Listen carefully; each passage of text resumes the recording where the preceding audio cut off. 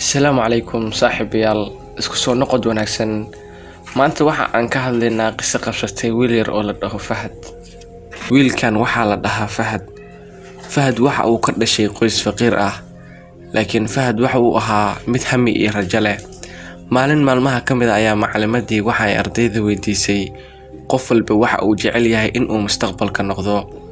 Arday walba fikirkiisa ayuu dhiibtay. Marka la soo gaaray Fahad, waxa uu yiri aniga waxaan rabaa in aan noqdo dhakhtar. Ardaydii oo dhan waa ay ku qosleen, waa ayna la yaabeen fikirkiisa.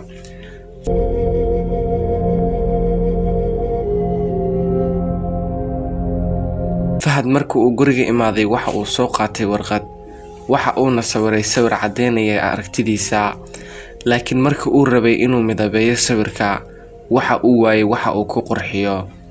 Marka fasalka la joogo waxa uu arkaa saaxiibadiis oo haysta midabeeye ama kalorati. Mar walba Fahad waxa uu ag istaagaa maktabadda isaga oo fiirinaya kaloratiga, waxa uuna ku hamiyaa in uu mar un heli doono si uu u sawiro sawir qurux badan.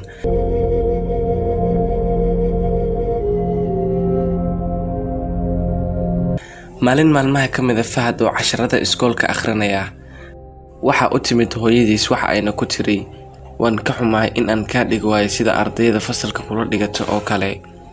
Fahad waxa uu ku yiri waan ka xumahay, laakiin hooyo waxa aan ku ballan qaadayaa in aan noqon doono midka ugu fiican ardayda.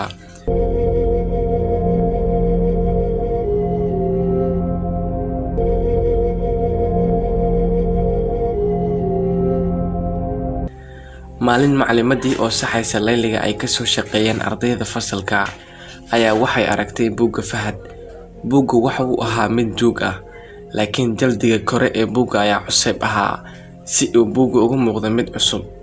Sidoo kale, layliga waxa uu uga soo shaqeeyay si fiican Fahad. Macallimadii ayaa soo baxday waxa ayna u tagtay Fahad. Waxa ay ku tiri marnaba qofna ha u ogolaanin inuu hamigaaga ereyada ka hor istaago. Maalintaas laga bilaabo Fahad dadaalkiisii waa uu sii laba jibaaray si uu u gaaro yoolkiisa.